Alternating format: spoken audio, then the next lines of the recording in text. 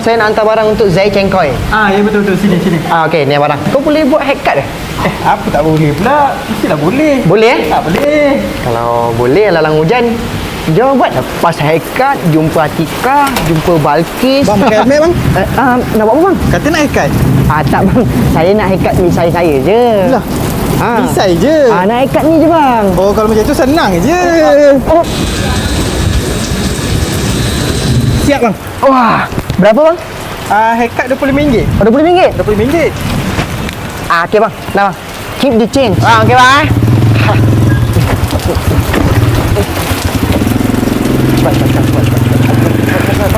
Mak Atika. Salam. Cantik tak misai haircut saya? Saya tak suka haircut lah. Saya suka mohak gantung. Mohak gantung? Misai boleh mohak gantung ke?